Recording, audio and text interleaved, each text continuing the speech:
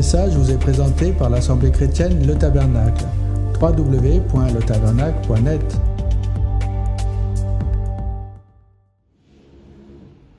Vous savez,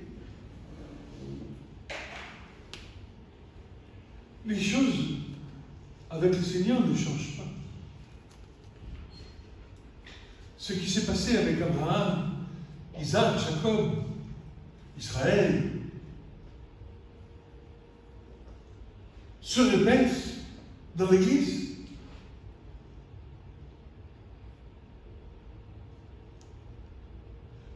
Et si nous regardons l'Écriture, nous voyons que ce n'est pas Israël qui a cherché l'Éternel, mais c'est bien l'Éternel qui s'est révélé à son peuple. N'est-ce pas? Et nous, les nations, on croit faire mieux. Vous comprenez? Nous, les nations, on s'est fait un Dieu taillé de toutes pièces. Jésus par-ci, Jésus par-là. Mais as-tu fait une véritable rencontre avec l'Éternel? As-tu, à un moment donné de ta vie de croyant, eu la main de l'Éternel qui a touché ta vie? Amen, amen, amen. Je vais te dire, si ce n'est pas le cas,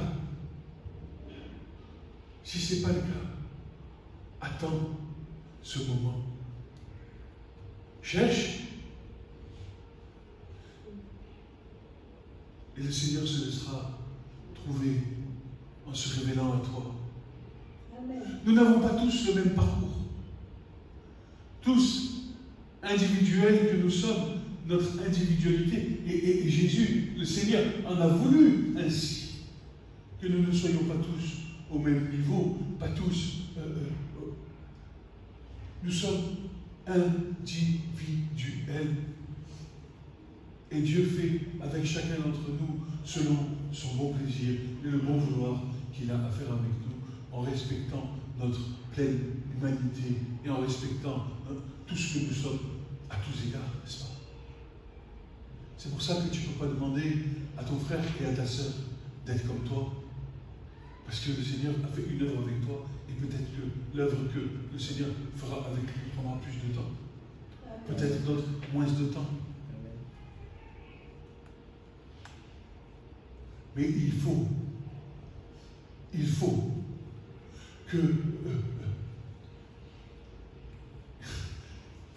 que Dieu, la main de l'Éternel, se pose sur toi.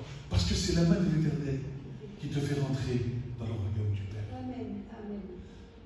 Tu ne rentreras pas de par toi-même.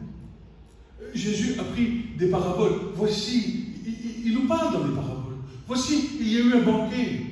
Et ceux qui n'étaient pas revêtus de robes, de noces, furent jetés dehors. Certains rentrèrent par effraction.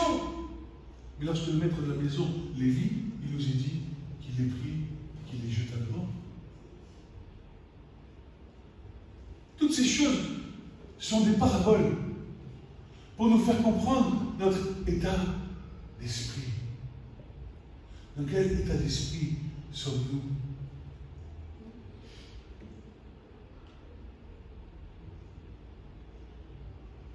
Et surtout, dans les temps que nous vivons, au travers de ce qui se passe au Moyen-Orient actuellement, où Israël est en train de relever la tête. Et nous qui croyons en l'Éternel, nous voyons la main de Dieu. Nous voyons la protection de l'Éternel sur son peuple, qui veille sur lui. Et nous voyons aussi sa justice s'abattre. Car le royaume de Dieu n'est-il pas la justice et la paix? Amen, amen. Ce monde est contre Dieu. Et ma soeur, tout à l'heure, nous cite un verset, et la suite du verset dit, il faut que l'apostasie arrive premièrement. C'est la suite du verset. Or, l'apostasie est le rejet de l'Éternel. Et ce matin, en descendant, rendez-vous compte là où on en arrive. En descendant de chez moi, je passe sous le tunnel qui me permet de traverser le pas de l'Escalette. Et je vois en haut, Israël, État terroriste, Free Palestine. J'hallucine. Dans mon cœur, je suis touché. Parce que, alors, justement, Israël est le seul pays du Moyen-Orient qui combat le terrorisme. Et tu ne combats pas le terrorisme en tendant notre joue. Celui qui attaquera par l'épée mourra par l'épée. Un pays pacifique comme Israël, qui a cherché depuis l'état de sa création à faire la paix avec les pays du Moyen-Orient, toutes les propositions de paix ont été refusées de la part des pays arabes qui les entourent. Combien de missiles, combien de roquettes Israël a reçues sur son territoire sans rien dire depuis tant d'années? Et le jour où ils prennent autorité en disant « il en est assez », car ils ont la vision prophétique de l'Écriture en disant « c'est notre devoir ». Car si nous ne mettons pas ce combat qui est la bataille de l'Éternel, alors c'est le monde entier qui va se retrouver impacté. À combien de fois Israël n'ont pas obéi à l'Éternel dans la parole de Dieu? À chaque fois, il y a eu une défaite pour Israël.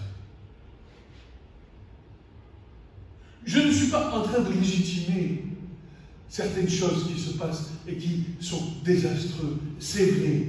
Il y a les horreurs de la guerre. Mais tu n'abolis pas un État terroriste.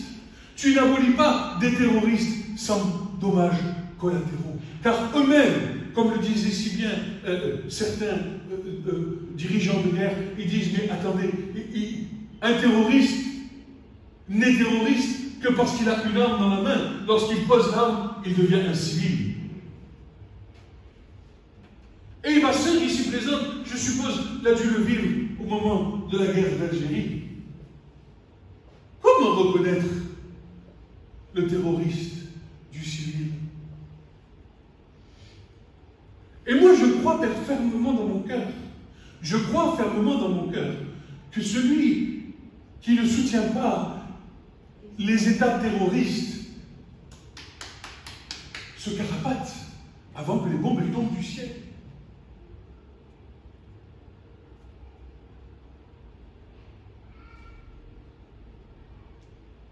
Comment aujourd'hui Israël peut être pointé du doigt? Comment aujourd'hui, en 2024, l'antisémitisme, j'écoutais encore un reportage ce matin, où aujourd'hui les actes antisémites dans le monde entier ont augmenté de 300, 400, 500%. N'est-ce pas une révolte? N'est-ce pas une révolte à ciel ouvert, à cœur ouvert contre le Dieu d'Israël? Il faut comprendre ce qui se passe dans le monde spirituel. Il ne s'agit pas seulement d'un combat terrestre et charnel. Le diable sait qu'il a peu de temps. Et nous, où devons-nous nous situer? Nous, braves chrétiens qui sommes là. Sommes-nous, devons-nous prendre une position pour ou contre? Ou devons-nous rester neutres et ne rien dire? Sachant que la neutralité favorise l'antisémitisme. Vous savez, pendant la guerre de 39-45, ceux qui disaient rien favorisaient les actes antisémites. Donc l'Église doit se positionner. Pour ou contre, mais doit se positionner. Lorsque les chefs de guerre, j'en parlais avec mon frère Nathanaël l'autre jour, lorsque les chefs de guerre vont se présenter. Jean est en train de baptiser dans le Jourdain. Les chefs de guerre se présentent devant lui et lui disent, que devons-nous faire? Que devons-nous faire? Un chef de guerre, il n'est pas là à ne pas faire la guerre. Il fait la guerre. Et il pose la question à Jean, que devons-nous faire? Jean répond, sous l'inspiration du Saint-Esprit, n'est-ce pas? Jean répond, contentez-vous de votre somme, mais ne commettez ni extorsion, ni exagération, ni ne soyez pas, ne viole pas, ne vole pas, ne tue pas, exagère, ne va pas dans l'excès des choses de la guerre. Sois juste, mais fais ton job. Et c'est un problème. Je vais vous dire pourquoi c'est un problème. Parce qu'il faut regarder les choses prophétiquement parlant. C'est-à-dire que si tu ne prends pas position aujourd'hui, demain, c'est l'ennemi qui va t'envoyer chez toi. Et l'Église adore, sous prétexte du pacifisme. Je suis pacifique. Il m'a dit, je vais tendre ma joue. Non mais, il ne faut pas rêver. Il faut prendre position. Tu es dans ton pays, tu es un État souverain. Tu demandes la paix, tu cherches la paix, tu mets en place des protocoles de paix. Je vous signale que juste avant le 7 octobre, il y a un an, un protocole de paix avec les pays arabes, notamment de l'Arabie Saoudite, était prêt à être mis en place, à savoir les accords d'Abraham. Je ne sais pas si vous avez entendu ces choses. Et le Hamas a saboté cet accord de paix qui était prêt à faire la paix avec les pays arabes pour une route commerciale partant de l'Arabie Saoudite, passant par Israël, permettant de relier le Moyen-Orient sur une route commerciale en paix. Mais lorsque un État souverain t'attaque, tu as le devoir de protéger ta population, tu as le devoir de répondre et tu as le devoir de te positionner face aux agressions de l'adversaire. Même si l'Éternel est amour, même si Dieu est amour, il y a aussi une part de justice. Parce que celui qui n'est pas capable de comprendre, celui qui n'est pas capable d'entendre ce qu'est l'amour, à un moment donné, tôt ou tard, va se retrouver devant la justice de l'Éternel. Combien, vous savez quoi? J'ai vu des passages, parce que j'ai eu des liens avec le Moyen-Orient au travers de réseaux sociaux tels que Telegram ou autres, avec un frère qui est là-bas et qui me communique les choses. Des Syriens qui prennent un panneau. Merci Benjamin Netanyahu, car en éliminant Nasrallah, vous avez ouvert la voie de la paix.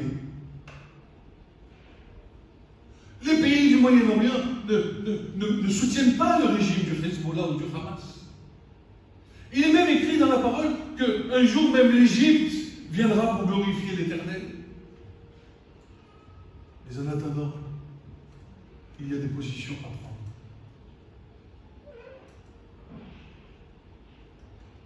Et tu ne règles pas un pays, un problème comme il se passe au Moyen-Orient avec des pacotilles, avec des gens qui sont endoctrinés depuis des milliers de générations en arrière à vouloir, et la seule chose qu'ils ont dans leur cœur, c'est la destruction de l'État d'Israël.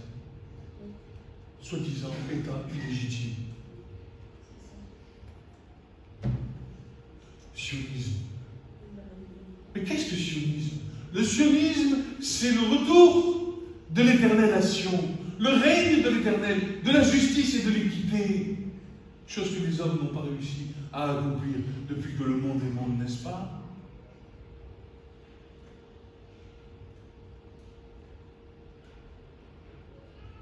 Alors je suis interpellé, je suis blessé dans mon cœur,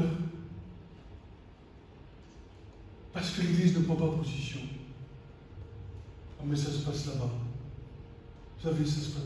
Mais si ça se passe là-bas, ça va venir chez toi. Sinon, tu ne connais pas les Écritures.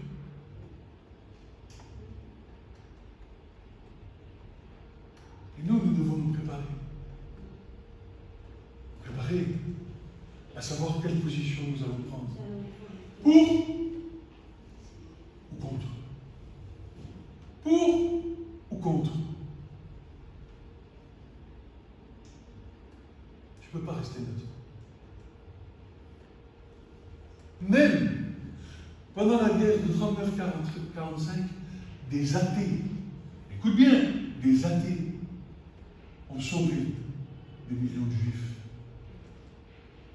les empêchant d'aller à Auschwitz ou autre camp de concentration. Parce qu'ils savaient dans leur cœur ce qui était bon face à l'abomination qui se tenait devant eux, à savoir le nazisme. Ne croyez pas que les choses vont s'arranger. Ne croyez pas que les choses vont s'arranger. Ne savez-vous pas que la fin des temps sont des temps de ténèbres? Et Dieu est en train de juger, est en train de rentrer en jugement contre les nations.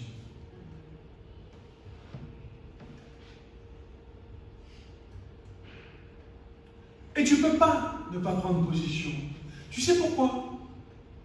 Parce que Dieu a fait de toi un juif. Si du moins la main de l'Éternel t'a touché. Qu'est-ce qu'un juif? C'est intéressant de savoir. Et là, on va rentrer dans les détails tout à l'heure. Nous avions terminé il y a 15 jours. Vous savez, on continue. Hein? J'ai mon cheval de bataille et j'avance. Sur ce passage-là, à combien plus forte raison les nations aussi qui étaient sans promesse, sans droit de cité, sans Christ, à savoir sans la parole vivante de Dieu. Cette parole a pour vocation de restaurer ce qui a été abîmé, fauché, falsifié, détruit par le sort de la vie et des préceptes hérités de nos parents à cause de la croix du Christ, qui nous conduit dans une résurrection certaine, immuable et inaltérable. Nous avions vu que Dieu était fidèle à toutes ses promesses, aussi bien pour son peuple Israël que pour l'Église. L'Église, c'était le projet de Dieu, projet pour toute l'humanité.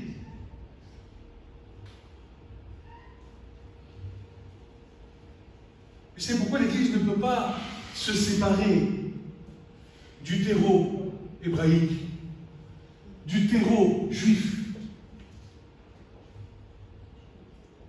Si tu veux suivre l'Éternel, il faut que tu connaisses les choses de l'Éternel. Il faut que tu connaisses ce que l'Éternel a fait, ce que l'Éternel veut et ce que l'Éternel fera. Pour ta vie, pour ma vie et pour l'ensemble de cette humanité dans laquelle nous sommes, n'est-ce pas? Et Paul, dans son épître aux Éphésiens, rappelle bien ces choses. Chapitre 2, versets 11 à 22 nous dit ceci: c'est pourquoi souvenez-vous que vous, les nations, je rappelle que Paul était juif, je rappelle que Paul était romain, avait la double nationalité et avait été envoyé de la part de Jésus pour être apôtre des nations. Comme Pierre a été l'apôtre des Juifs, de la circoncision, nous dit l'Écriture.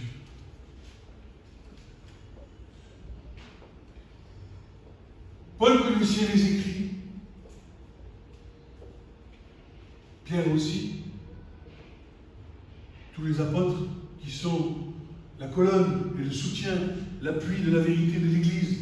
Si vous voulez rester et demeurer dans la vérité, il nous faut être ancrés et enracinés dans ce que les apôtres ont fondé, n'est-ce pas? Vous avez été édifiés, nous dira Paul, sur le fondement des apôtres et des prophètes. Apôtres en hébreu shlachim, qui veut dire envoyé, et prophètes qui ont reçu une part de l'Esprit pour communiquer les choses d'en haut à nous qui arrivons à la fin des temps. Mais je ne sais pas si vous ouvrez vos Bibles. Vous savez, il y a des choses que j'ai lues il y a des années en arrière qui sont venues se greffer sur mon cœur et qui me permettent aujourd'hui de vous parler comme ça vis-à-vis des écrits prophétiques que nous voyons aujourd'hui en pleine actualité.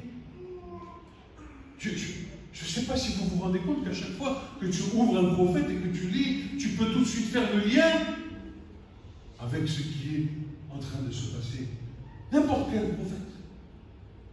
Zacharie, Malachie, Habakkuk, tous ces prophètes-là ont écrit pour leur temps, ont parlé pour leur temps, sans savoir. C'est ça qui est merveilleux dans les paroles de Dieu. C'est qu'ils ne savaient pas que nous qui arriverions à la fin des temps, ce qu'ils avaient écrit serait aussi pour nous.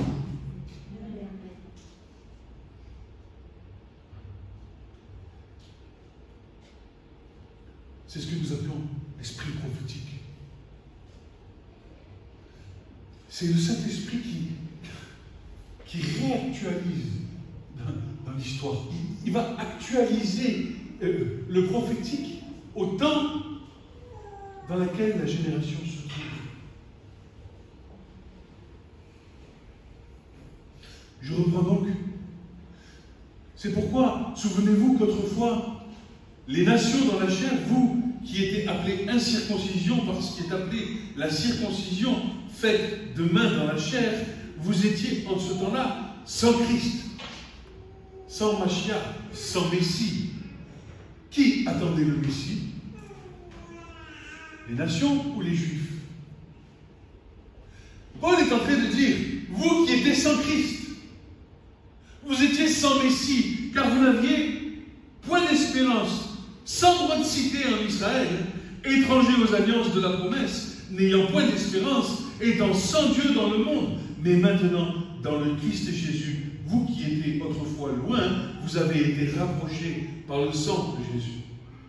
Car c'est lui qui est notre paix, qui des deux en a fait un seul, qui des deux n'en a fait un seul, deux peuples, juifs et nations, n'en a fait plus qu'un seul, et a détruit le mur mitoyen de clôture, ayant aboli dans sa chair l'inimitié. Ah, ça y est, je suis ami de Dieu, comme Abraham.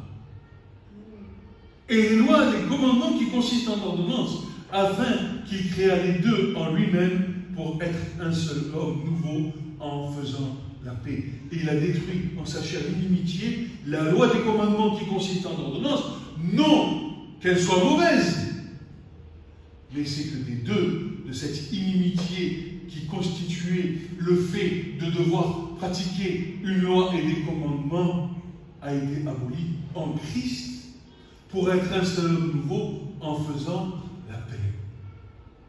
Je suis passé de l'inimitié avec Dieu, nation non sans connaissance de Dieu, à ami de Dieu par le sang de Jésus et son offrande à la croix.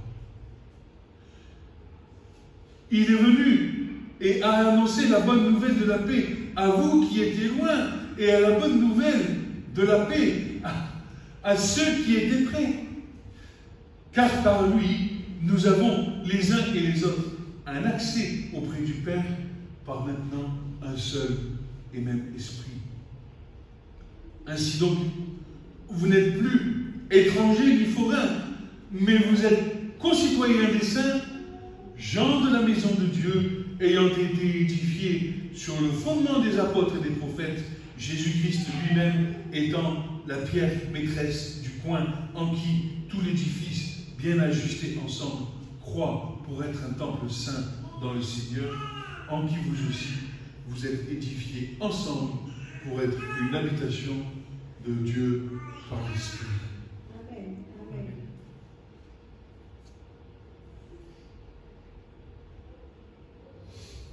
Nous ne sommes plus ni étrangers ni forains.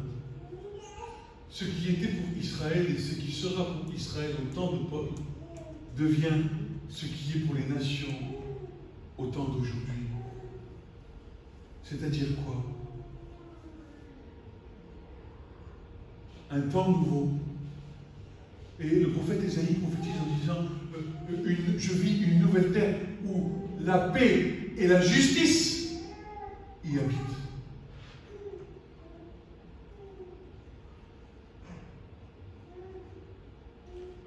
Pour nous et pour les Juifs. Et Paul reprend Éphésiens 2. C'est par la grâce que vous êtes sauvés, par le moyen de la foi, de la émouna, de la confiance, de l'assurance que tu peux avoir en Dieu. C'est par la grâce que vous êtes sauvés. Tu n'y peux rien. Cela ne vient pas de vous. C'est un don de Dieu. Alléluia. Amen. Et parfois, en ne prenant pas position dans ta foi face aux éléments de ce monde qui sont en train de se déchaîner, tu t'extrais de cette grâce qui t'a été accordée de faire partie des gens de la maison de Dieu. Car Dieu, en Jésus-Christ, est assis sur le trône en haut de la grâce. Et il juge. Vous croyez que ce qui se passe, c'est quoi? C'est les hommes qui font. Il y a des cohortes célestes qui sont envoyées de Dieu sur terre pour régner, pour accomplir le plan de Dieu. Ce qui se passe n'est que le reflet d'une guerre spirituelle qui est en haut. Et toi, en tant qu'enfant de Dieu, tu fais partie des gens de la maison de Dieu. Tu fais partie de cette cohorte spirituelle. Tu fais partie de ce plan divin. Et ta position aux yeux de tous, quoi qu'il en coûte, doit être celle de l'Éternel. Car celui qui dit, qu'est-ce dit l'Éternel? Il dit, je ne t'abandonnerai pas. Je ne te laisserai pas. Je serai tous les jours avec toi.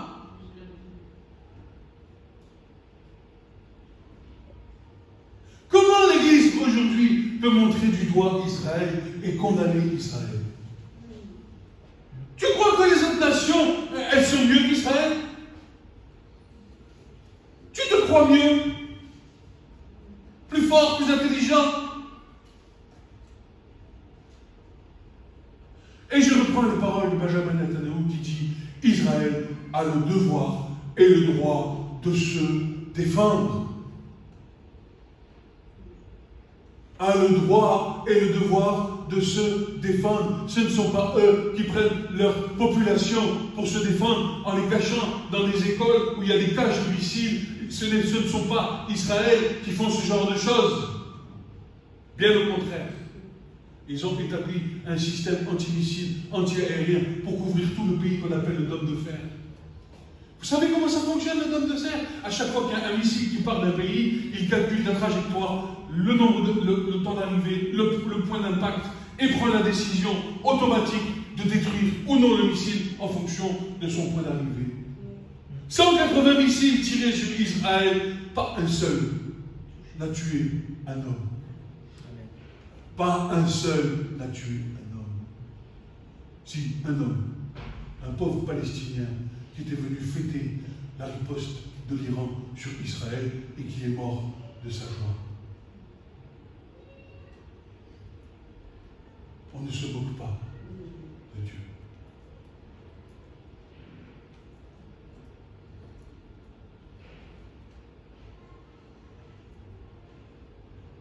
Il est clair qu'au travers de ce passage, d'une part, le mur de séparation entre les Juifs et les nations a été aboli par la puissance de la croix.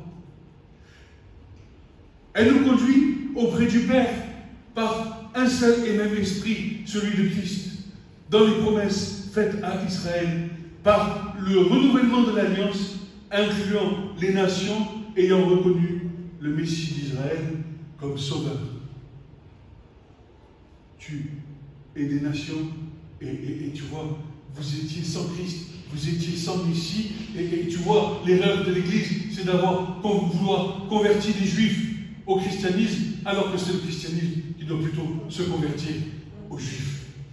Parce que le Juif, on va le voir ce que c'est un Juif. On va le voir, c'est tellement parlant. Et encore, j'ai choisi que les mots les plus pertinents, mais quand tu prends le dictionnaire et que tu descends la liste, je te dis, mais c'est pas possible. Tout le champ sémitique, tout le champ lexical qui parle de l'enfant de Dieu se trouve de Yad, une racine militaire, jusqu'à peut-être la gamme sacrée Yod et Vavé. Et par là tu passes, en passant par le juif, Yéhoud. Enfin, c'est incroyable. Oui, le Messie d'Israël est juif. Son ministère terrestre, il y a 2000 ans, était premièrement pour des Juifs, puis transmis aux nations par le concours du sacrifice de Jésus, des apôtres, des prophètes, et puis par l'envoi de l'Esprit Saint qui communique aux croyants, de quelque bord qu'il soit, la sainteté de l'Éternel. Matthieu 15, 24 nous dit ceci, et il répondit, c'est qui parle? Jésus parle. Écoute ce que Jésus parle. Je n'ai été envoyé qu'aux brebis perdues de la maison d'Israël. C'était le premier ministère, sa première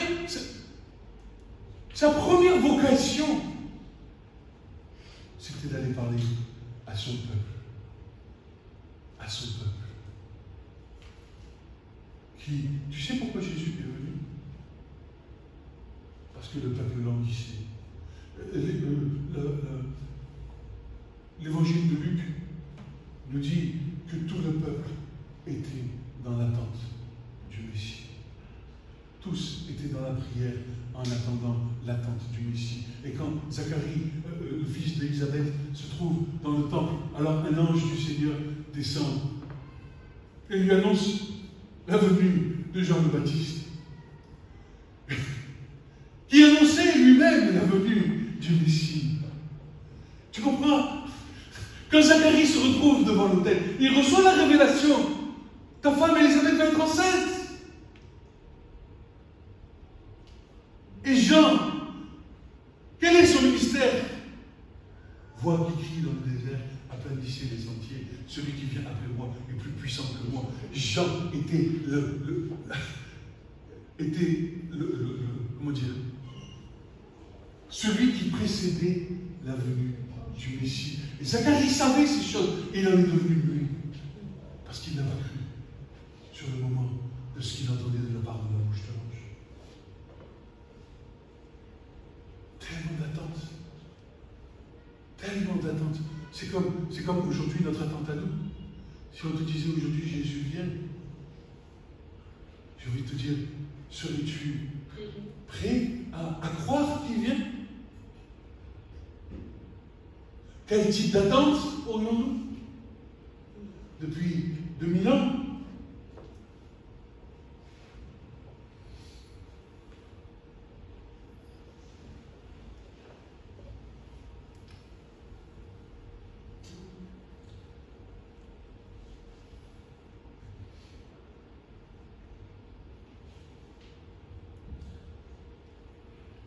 Je vais reprendre ce passage de l'Écriture qui, en très peu de lignes finalement, en la moitié d'un chapitre, nous fait comprendre la vocation d'Israël et la vocation de l'Église pour Israël. Vocation que je crois qu'aujourd'hui, dans notre génération, Paul disait quoi? J'aimerais rendre jaloux mes frères dans la chair de ce que nous avons reçu le Messie. J'aimerais que mes frères dans la chair soient jaloux de ce que nous avons. C'était la vocation de l'Église. Et regardez le carnage durant les années passées. 2000 ans d'histoire. Qu'est-ce qu'a fait l'Église? l'antisémitisme, forcer les Juifs à la conversion d'une religion. Mais tu crois que le Juif il a attendu Jésus? Et tu rêves pour que toi tu comprennes la sagesse des sages d'Israël. Il faut que tu aies l'Esprit Saint. Eux, dans leur cœur, c'est déjà là. C'est déjà un don de la part de Dieu. À qui sont les promesses? À qui sont les oracles? À qui sont les pro? Tout est à eux.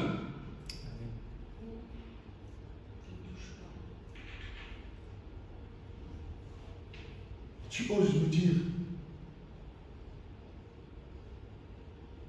me dire, ah ben les Juifs, t'as pas compris. T'as pas compris.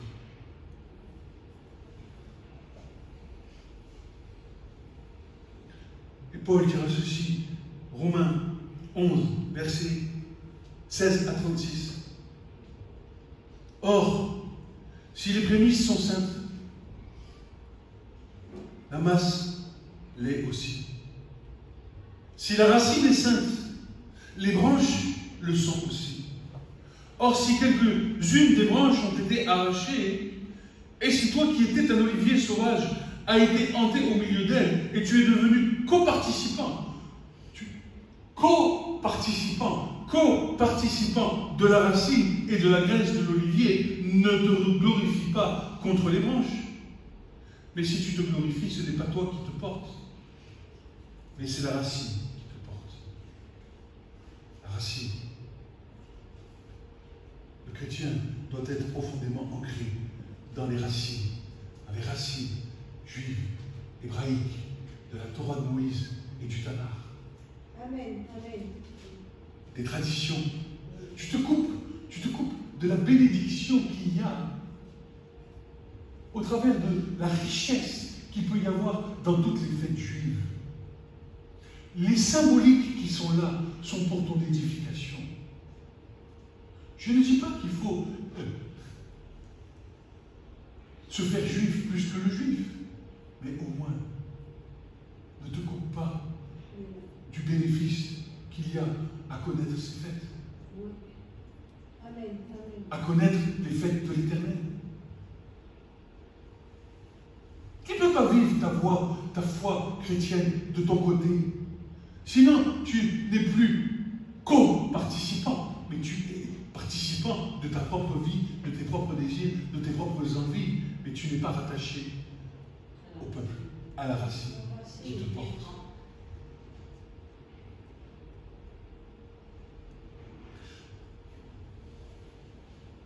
Alors, tu diras donc, les branches ont été arrachées afin que moi je fusse hanté. Bien, elles ont été arrachées pour cause d'incrédulité, mais toi tu es debout par la foi. Or, la foi, est-ce que l'on entend? Est-ce que l'on entend? C'est quoi? La parole de Dieu. Qu'est-ce que la parole de Dieu? C'est la Bible. Le livre le plus traduit au monde, le plus lu au monde.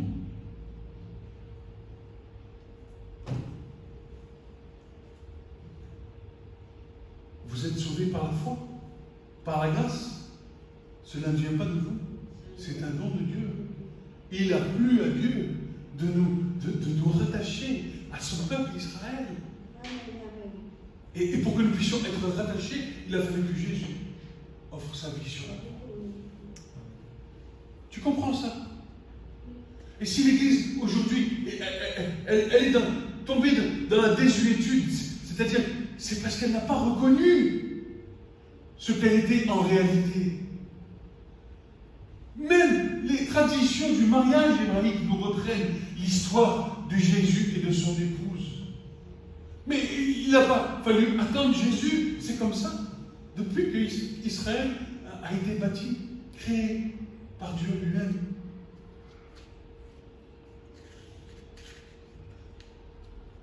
Alors, Paul nous dit, bien, elles ont été arrachées pour cause d'incrédulité. Toi, tu es debout par la foi. Ne t'enorgueillis pas, mais crains. Si en effet, Dieu n'a pas épargné les branches qui sont elles selon nature, qui sont elles selon la nature, tu comprends que les branches dont il est parlé, ce sont les Juifs en qui sont les lois de l'Éternel. Fais attention qu'ils ne t'épargnent pas non plus. Considère donc la bonté et la sévérité de Dieu, sévérité envers ceux qui sont tombés, et la bonté de Dieu envers toi si tu persévères dans cette bonté. Puisque autrement, toi aussi, tu seras coupé. Et eux aussi, s'ils ne persévèrent pas dans l'incrédulité, ils seront hantés, car Dieu est puissant pour les hanter à nouveau. Et c'est ce qui est en train de se passer. Dieu est en train de parler à son peuple. Tu crois que ce qui est en train de se passer aujourd'hui, mais un juif, toutes les semaines il lit la Torah, toutes les semaines il étudie la Torah. Un juif, il manque pas une paracha. Ils sont ancrés dans l'Écriture, puisque l'Écriture, c'est eux. Nous, quand il faut lire la Bible, on peine, on doit se faire violence. Mais eux, ils n'ont pas de gêne. Ils lisent la Torah, ils lisent les commentaires des sages, ils sont enseignés d'année en année, tous les ans, les mêmes parachas, et à chaque fois, Dieu ajoute de la connaissance à son peuple. Parce qu'on peut faire des erreurs. Mais les erreurs que tu fais une première année, l'année d'après, lorsque tu vas tomber sur le passage qui t'a fait prendre conscience de ton erreur, tu ne la referas pas la même. Et ce peuple grandit, et l'Église, elle diminue.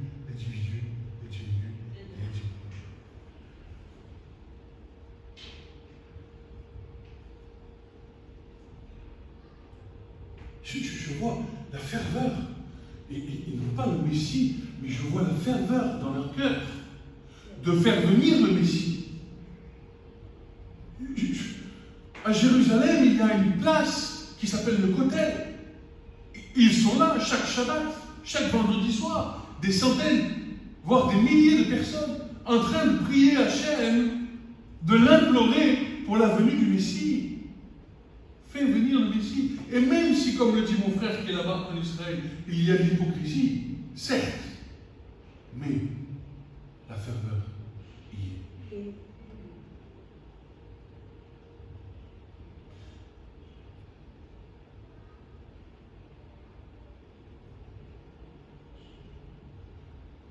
Donc, eux aussi, s'ils ne persévèrent pas dans l'incrédulité, seront hantés, car Dieu est puissant à les hanter à nouveau.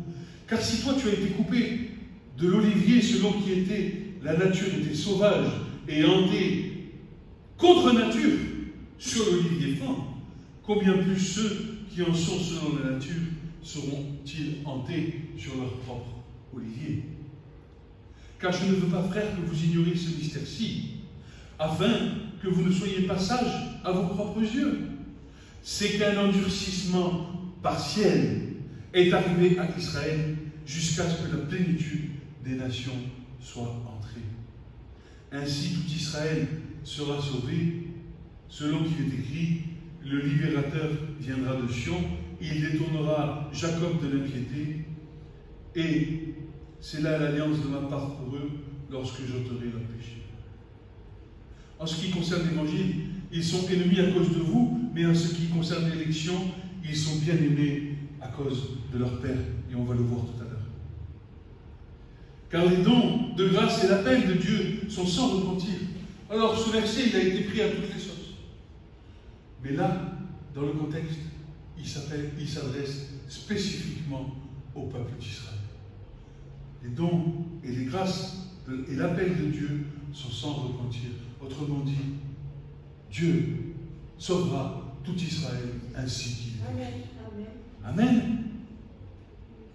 Car comme vous étiez autrefois désobéissants à Dieu et que maintenant vous êtes devenus des objets de miséricorde par la désobéissance de ceux-ci, de même ceux-ci ont été maintenant désobéissants à votre miséricorde, afin qu'eux aussi deviennent des objets de miséricorde. Et tu vois le plan de Dieu, comment il y a une espèce de jonglage entre les nations et les juifs et les nations. Dieu est bon. Car Dieu a renfermé tous, juifs et nations, dans la désobéissance, afin de faire miséricorde à tous. Ô profondeur des sagesses, des richesses et la sagesse et de la connaissance de Dieu, que ses jugements sont insondables, ses voies introuvables. Qui a connu la pensée du Seigneur? Qui a été son conseiller? Ou qui lui a donné le premier et lui sera rendu? Car, écoute bien, Église, de lui, par lui, pour lui sont toutes choses, à lui la gloire, Amen. Éternellement. Amen. Amen. Et des choses que nous ne pouvons pas comprendre appartiennent à l'Éternel. Des mystères cachés, prêts à être révélés. Il est donc évident que l'épouse, l'Église, l'épouse de Christ, juifs et nations, ne peuvent être que juifs de cœur, car la circoncision du juif n'est pas forcément et uniquement celle de la chair, mais c'est celle du cœur. Ainsi que Paul dit ceci, Romains 2, 28, 29, le juif, ce n'est pas celui qui est en dehors. Excusez-moi, je vais changer la version parce que ça ne peut pas. Car celui-là n'est pas juif, qu'il l'est au dehors, mais celle-là n'est pas la circoncision, qu'il est au dehors dans la chair, mais celui-là est juif, celui qui l'est au dedans. Et la circoncision, elle est du cœur, en esprit, non pas dans la lettre, et la louange de ce juif ne vient pas des hommes, mais de Dieu. Tu comprends? On reconnaît dans ta vie que tu as un cœur pour Dieu. Et on reconnaît, si tu as un cœur pour Dieu, c'est que finalement, tu es juif dans ton cœur. Parce que le Dieu que tu sais, c'est le Dieu du juif. Pas de circoncision à l'extérieur, mais ta circoncision, elle vient de ton cœur. C'est l'Esprit Saint qui a circoncis ton cœur en faisant comprendre à ta vie quels sont les justes commandements, quelles sont les valeurs du royaume de Dieu, quelles sont les richesses et la gloire qu'il y a en haut et qui t'attendent. Et Paul le savait, et il disait ceci, il s'écriait, mais qui me délivrera de ce corps de mort? Car je constate, oui, je constate, et je le dis pour ma vie, et je le dis pour vos vies, nous constatons tous que nous faillissons à plusieurs égards. Nous constatons tous que la loi du péché dans nos membres nous empêche d'obéir à Dieu. Mais une meilleure loi dans laquelle, et c'est là la conversion. Je vais te dire quelque chose. Elle est où la conversion? Elle est dans quoi? Elle est dans le fait que l'homme intérieur, lui, il s'identifie au commandement de Dieu. L'homme intérieur s'identifie au commandement de Dieu. Et c'est là que tu sais si tu fais partie de l'enfant de Dieu ou que tu n'en fais pas partie. Parce que parfois la chair prend le dessus sur l'esprit. Et l'esprit combat contre la chair. Et voilà, il y a un combat. S'il n'y a pas de combat, c'est que tu as manqué quelque chose dans ta vie. Tu n'as pas été touché par la main de Dieu. Mais quand est-ce que ces choses vont se faire? Cela ne t'appartient pas. Ces choses appartiennent à Dieu. Et ça nous donne de l'espérance. Parce que vous savez quoi? Je vais vous dire. Si toi tu crois, toi et toute ta famille sera sauvée.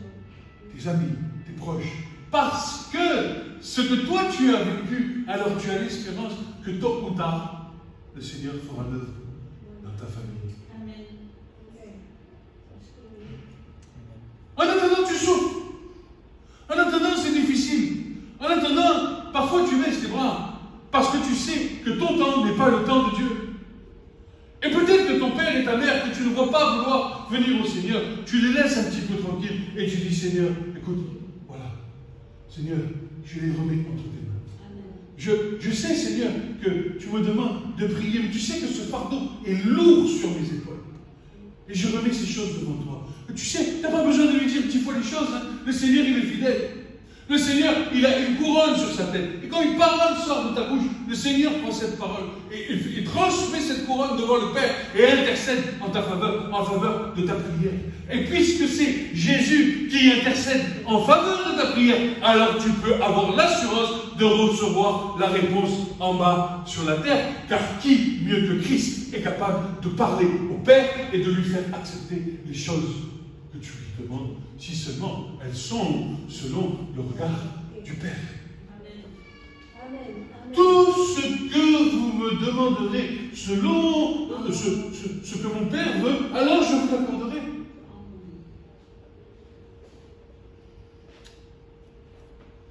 De quoi tu t'inquiètes?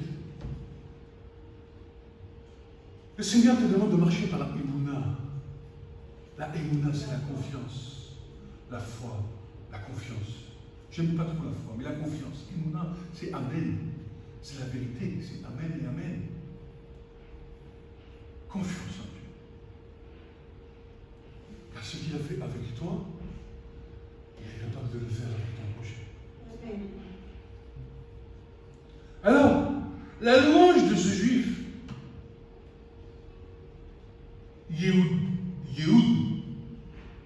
Yehudaï,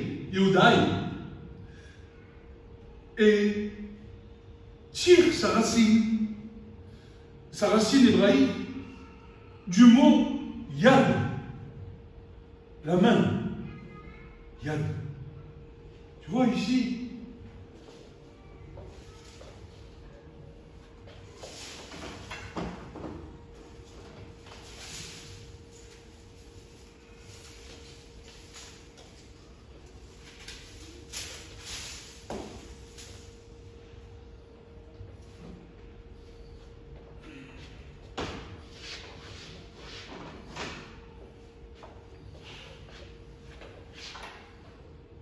l'hébreu,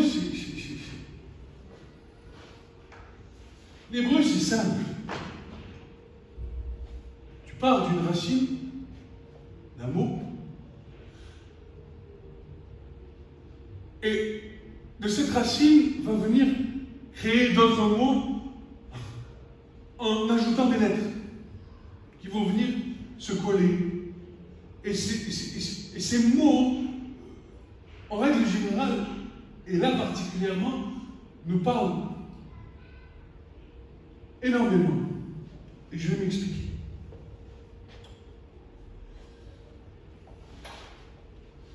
Ici,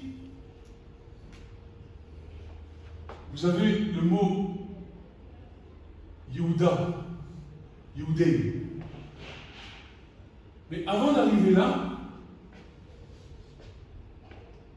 il faut passer par l'alphabet.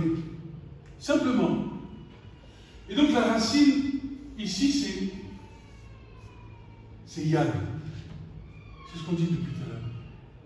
C'est que le juif, il a été touché par la main de Dieu. C'est ce qui fait de lui un juif. Et puis, alors j'ai pris l'araméen, parce que c'est des langues sémitiques qui sont proches. Ce mot-là, c'est le même que celui-là.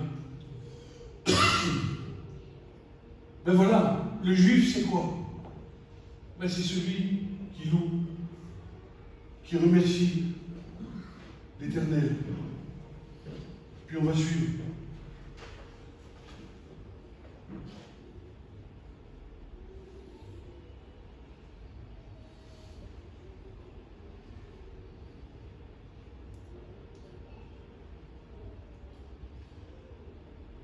Toujours dans l'alphabet, vous voyez, là ici c'est la première lettre de l'alphabet.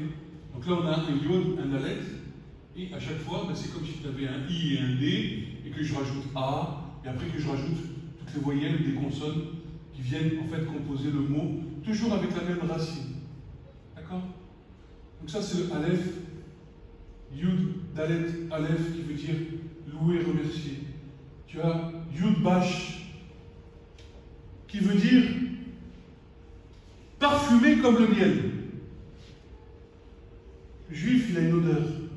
Et je me souviens de Paul qui dit ceci: or je rends grâce à Dieu qui nous mène toujours en triomphe dans le Christ Jésus et manifeste par nous l'odeur de sa connaissance en tout lieu, car nous sommes la bonne odeur de Christ pour Dieu, à l'égard de ceux qui sont sauvés et à l'égard de ceux qui périssent. Aux uns, une odeur de mort pour la mort, et aux autres, une odeur de vie pour la vie, qui est suffisante pour ces choses. Une odeur de miel. Ici, on a Yedidot, toujours en descendant dans l'alphabet. Ah, c'est celui qui est tendrement aimé. C'est de là d'ailleurs que vient le mot de David, le bien-aimé. Nous avons un David parmi nous, bien-aimé de Dieu. L'objet de mon amour, nous dit Strong, qui est tendrement aimé, qui est bien aimé, qui est l'objet de l'amour. Puis vient le mot Yada, ici. Toujours dans l'alphabet, quand vous prenez votre dictionnaire, je passe les mots depuis Yad jusqu'à arriver à Yehoud, le juif. Et nous dit quoi? Yada, avec un et, louer, louange, recevoir des hommages, avouer, confesser. Ah, le juif, c'est quelqu'un qui confesse, c'est quelqu'un qui avoue, c'est quelqu'un qui loue, c'est quelqu'un qui reçoit des hommages, c'est quelqu'un qui rend gloire, c'est quelqu'un qui célèbre, c'est quelqu'un qui fait des actions de grâce. Il tire des flèches aussi dans le combat spirituel, il jette des pierres. C'est quelqu'un qui abat. C'est quelqu'un qui rend grâce et qui remercie. Ensuite, nous avons Yadid, qui a à peu près la même signification, toujours bien-aimé, amour, celui qui est bien-aimé, qui est ami, charmant, aimable, agréable, doux. Voilà, il y a une bonne odeur qui se dégage du Yehud, de ce fameux juif, n'est-ce pas? Et puis, tu as Yadidia. Alors ici, là, c'est des particules où tu as le nom de Dieu que nous allons voir ici, la contraction de celui-ci. Ça, si je le contracte, ça fait Yad. Et donc, Yadidia, c'était le nom donné à Salomon par Nathan le prophète qui veut dire bien-aimé de l'Éternel. Et puis on continue. Ici, on a Yada, que nous avons déjà vu plusieurs fois. Yada, c'est savoir, connaître, reconnaître, apprendre, avoir de la connaissance. Mais surtout, Onifal, qui est une forme verbale réfléchie, qui veut dire être connu de Dieu. Être connu. C'est-à-dire que le juif, pour en arriver ici, en passant par toutes ces étapes-là, la main de Dieu le touche, ça veut dire qu'il arrive ici, c'est un homme qui est connu de Dieu. Et puis là, alors, nous avons le mot Ya. Vous voyez, dans Yehuda, là, vous avez le Yod et le Et, qui veut dire Ya. Ya, c'est la contraction du nom de l'Éternel. Et nous avons le passage merveilleux d'Ésaïe 43 qui nous dit ceci. C'est l'Éternel seul qui rachète Israël. Ainsi parle maintenant l'Éternel qui t'a créé, ô Jacob. Celui qui t'a formé, ô Israël, ô Église, ô Juifs de cœur, ô chrétiens. Je t'appelle par ton nom, tu es à moi. Si tu traverses les eaux, je serai avec toi. Et les fleuves ne te submergeront point. Si tu marches dans le feu, tu ne te brûleras pas. La flamme ne t'embrasera pas, car je suis l'Éternel ton Dieu, le Saint d'Israël, ton Sauveur. Je donne l'Égypte pour ta rançon, l'Éthiopie et Saba à ta place. parce que tu as du prix à mes yeux, parce que tu es honoré et que je t'aime. Je donne des hommes à ta place et des peuples pour ta vie. Ne crains rien, car je suis avec toi. Je ramènerai de l'Orient ta race, je te rassemblerai de l'Occident. Je dirai au septentrion, donne, et au midi, ne retiens point. Fais venir mes fils des pays lointains et mes filles de l'extrémité de la terre. Tous ceux qui s'appellent de mon nom, je les éclairerai pour ma gloire que j'ai formée et que j'ai fait. Alléluia. Tous ceux qui sont appelés de mon nom, là, je les ai formés, je les ai créés. Si Dieu est pour nous, qui sera contre nous? Seulement, tu dois prendre position. Et puis, enfin, dans l'ordre du dictionnaire, nous arrivons donc à Yehud, qui veut dire juif. C'est toute la transformation de l'homme. Tu pars du juif et tu cherches qu'est-ce que c'est sa racine au juif. Mais le juif n'est juif que parce que l'Éternel, la main de l'Éternel l'a touché. Et parce que la main de l'Éternel l'a touché, alors ça produit en toi toutes ces dénominations. Et le champ lexical complet, si vous prenez le dictionnaire depuis Yad jusqu'à Adonai, ici, vous regardez le champ lexical, mais ça parle de la vie du croyant. C'est incroyable. Quand j'ai découvert ça, j'ai dit, mais c'est pas possible.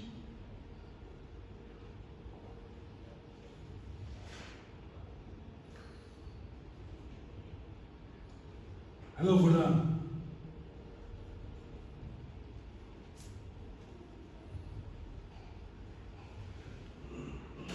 Qu'est-ce que fait la main de l'Éternel?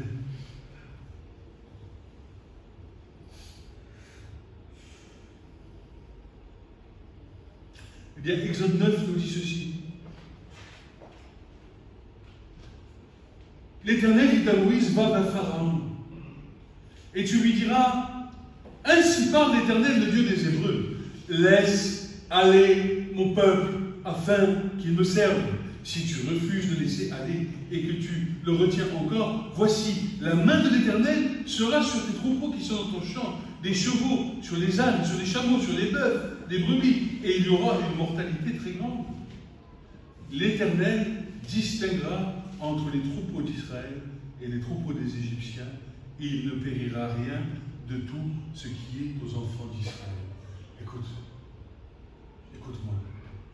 Ça m'a fait penser à ce verset de Genèse 12. Versets 1 à 3, qui nous dit ceci. L'Éternel dit à Abraham, va-t'en de ton pays, de ta patrie, et de la maison de ton père, dans le pays que je te montrerai. Je ferai de toi une grande nation, je te bénirai, je rendrai ton nom grand, tu seras une source de bénédiction. Je bénirai ceux qui te béniront, et je maudirai ceux qui te maudiront, et toutes les familles de la terre seront bénies en toi. Et ici, dans l'hébreu, encore une fois, il y a quelque chose de merveilleux. Et toutes les familles de la terre qui par la foi s'approchent de l'Éternel sont appelés fils et filles d'Abraham par la foi. Et en conséquence, en sont bénis. Même Jésus lui-même, dans Luc 17, au chapitre 17, nous parle de ce qu'il en est d'après la mort, en attendant la venue de Jésus. La parabole du riche, vous vous souvenez, et de Lazare. Le parabole, le riche, qui a des biens dans sa vie, et ce pauvre Lazare, qui est tout lépreux, dont les chiens même viennent lécher ses plaies. Le riche s'en va, Lazare s'en va. Qu'est-ce qui se passe? Qu'est-ce que Jésus, à quoi Jésus fait référence? Il fait référence au royaume de son Père. Il lui dit, quand tu meurs, tu vas aller dans le paradis. C'est pas ce qu'il lui dit. il fait référence au sein d'Abraham. Et là, quand j'ai regardé ce matin l'Écriture, j'ai dit, mais toutes les familles de la terre seront bénies en toi. Et il est intéressant de souligner d'ailleurs que l'expression biblique famille de la terre ici en hébreu sont les mots Mishpachot Adama. Alors,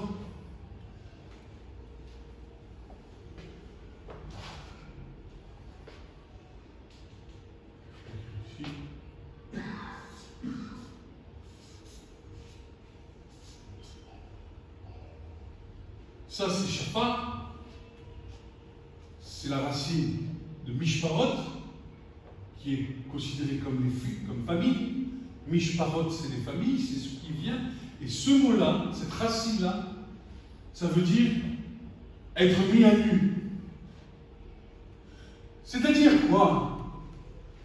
Que l'homme, Adam, qui est mis à nu par la main de l'Éternel, devient protégé de l'Éternel. Pourquoi je dis ça? Parce que ici, nous savons que ceci veut dire Adam, mais là, dans l'Écriture et à ce verset principal, dans l'expression biblique Mishparot Adama, ça veut dire que donc, les familles seront bénies. Ici, nous avons deux rajouts de E qui veut dire la terre, Adama, mais nous savons que l'Adam, que nous sommes, les êtres adamiques que nous sommes, proviennent de la Adama, c'est-à-dire la terre. Et lorsque l'Éternel nous dit que nous sommes bénis parce que nous bénissons Abraham, en réalité, nous sommes mis à nu, et parce que nous sommes mis à nu par l'Esprit Saint qui nous convainc de péché, de justice, de jugement, alors l'Éternel nous dit, voilà, ici, je mets mon souffle et je protège toute la race adamique.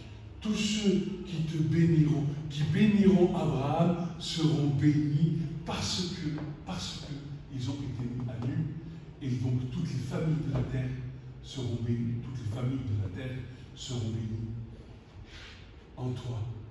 Et c'est pour ça que Jésus dit que lorsque le pauvre, qui n'a pas eu ce pauvre salaire, qui a vécu dans la misère toute sa vie, mais qui avait foi, il avait foi en ceux qui mangeaient les miettes du riche. Et peut-être même qu'il remerciait Dieu pour les miettes qu'il avait. Et lorsqu'il meurt, parce qu'il a béni l'Éternel, alors il retourne dans le sein d'Abraham. Mais vous voyez où on en est?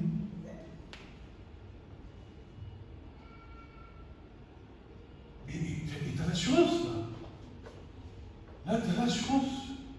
Tu as les deux et qui te protègent, le souffle qui te protège, qui reprend l'ensemble de ta vie depuis ton commencement jusqu'après ta mort.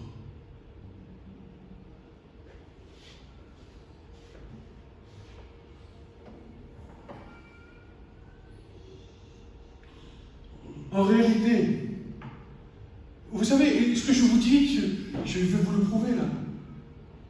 Je vais vous le prouver. Encore une fois, avec les écrits de Paul. Excusez-moi, moi j'aime Paul. J'aime Jésus, mais j'aime Paul. Pourquoi?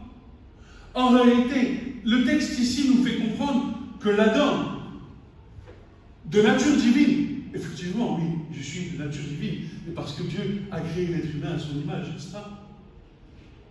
Ne se retrouve entouré des faveurs de l'Éternel que par la Emouna. Et c'est clairement ce que nous enseigne Paul aux Corinthiens. 1 Corinthiens 15, 45. C'est pourquoi le premier homme, Adam, devint une âme vivante. Le dernier, Adam, est devenu un esprit vivifiant. Adam, une œuvre vivante. Et le second Adam, celui qui a la foi en Abraham, en ce qu'il descend d'Abraham, il devient un esprit vivifiant. Il se situe entre les deux et ici, dans l'Écriture. Enfin, le croyant devient croyant, et seulement croyant si en effet l'Éternel a mis sa main sur lui. Jésus répondit, en vérité, je te le dis, si un homme n'est né de nouveau, n'est né d'eau et d'esprit, il ne peut entrer dans le royaume de Dieu. Ce qui est né de la chair est chair, ce qui est né de l'esprit est esprit. Ne te donne pas que ce que je t'ai dit. Il faut que vous naissiez de nouveau. Le vent souffle là où il veut, tu en entends le bruit, tu ne sais pas d'où il vient, d'où il va. Il en est ainsi de tout homme qui est né de l'esprit. Jésus dira ceci, quand le consolateur sera venu, que je vous enverrai de la part du Père, l'Esprit de vérité qui vient du Père, il rendra témoignage de moi. Ou encore, le consolateur, incroyable. Jean 15, verset 26, Jean 14, verset 26. Mais le consolateur, l'Esprit Saint que le Père enverra en mon nom, vous enseignera toutes choses et vous rappellera tout ce que je vous ai dit. Voilà. C'est une évidence, et ça devient pour moi une évidence, que Dieu veut nous parler au travers de son Écriture. Dieu veut nous parler, alors, dans des choses que tu ne vois pas dans le français, des choses que tu ne peux pas voir dans le français. Mais il veut nous parler par sa langue, et il nous a dit que les tables de la loi étaient écrites en langue de Dieu. Elles ont été écrites par le doigt de Dieu, dans la langue de Dieu. Et nous avons besoin de comprendre ce que Dieu veut nous dire. Car, comme le dit mon très cher frère Chaim,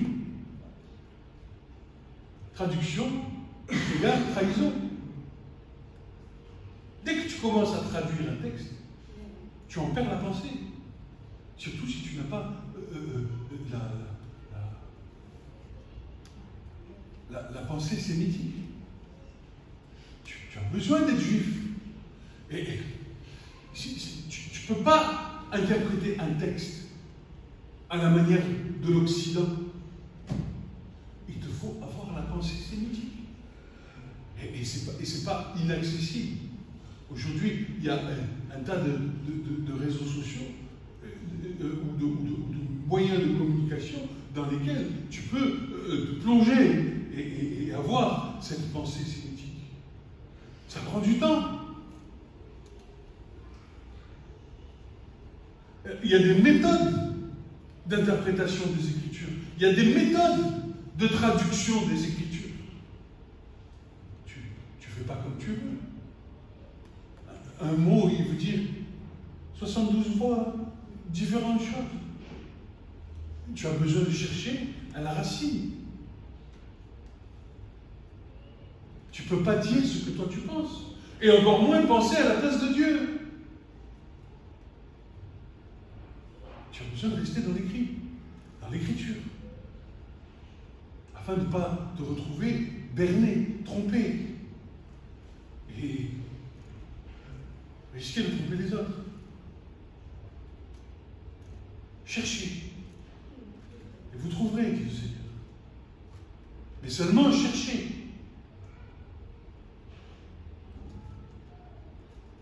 Tout ce que j'essaye de vous transmettre se confirme par les écrits.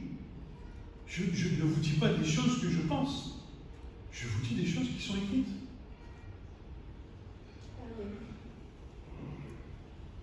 Parce que je sais que moi, ce que je pense, ce n'est pas la pensée de Dieu.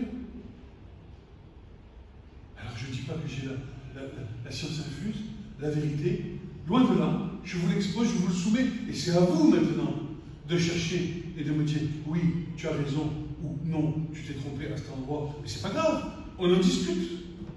Tu sais, j'ai un frère en Israël, parce que tous les jours on s'est au téléphone, et on partage, on tiraille le bout de gras, tous les jours, 1 heure, 2 heures par téléphone, et hop, on partage des sujets. Et oui, mon frère, mais là je suis d'accord avec toi, Et là, je ne suis pas d'accord avec toi. Ah bon, pourquoi tu n'es pas d'accord? Parce que regarde, là, il y a ça, il y a ça, il y a ça. Ah d'accord, ben oui, mais moi non plus. Ah, mais finalement, oui, tu as raison. Mais c'est important, tu ne peux pas t'enfermer dans ta bulle et te dire, j'ai raison. Non. Et c'est ce que font les yeshivas, et c'est ce que font aujourd'hui les juifs. Ils sont dans un partage de la parole, et ils échangent. Mais c'est ce qui fait la société.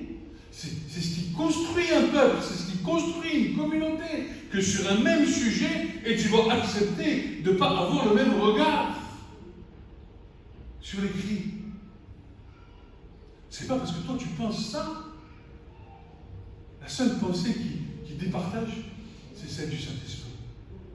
C'est elle qui va te donner la direction de savoir. Et si la pensée que tu as est celle de l'Éternel, alors tu peux être sûr que le frère en face, si seulement le frère est nouveau, et enfin, on ne passe pas sur la suite, il a reçu l'Esprit de Dieu, alors à un moment donné, quelque chose se met en place, et tu peux ne pas être forcément d'accord au même moment, et puis tu t'aperçois qu'avec la croissance, avec le frère qui grandit, toi qui grandis en même temps que lui, hop, à un moment, sur quoi vous n'étiez pas d'accord, ça y est, l'Esprit Saint a accordé les violons.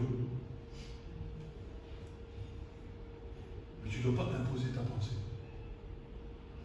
Ce que je pense, ce que je vous dis, et quand ça parle de pensée et de ce que je dis en disant, par exemple, je vous demande et je dis, l'Église, il faut qu'elle prenne position, c'est un principe biblique. Ce n'est pas ma pensée.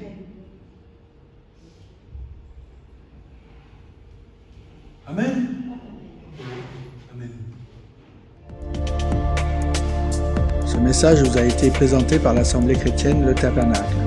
www.letabernacle.net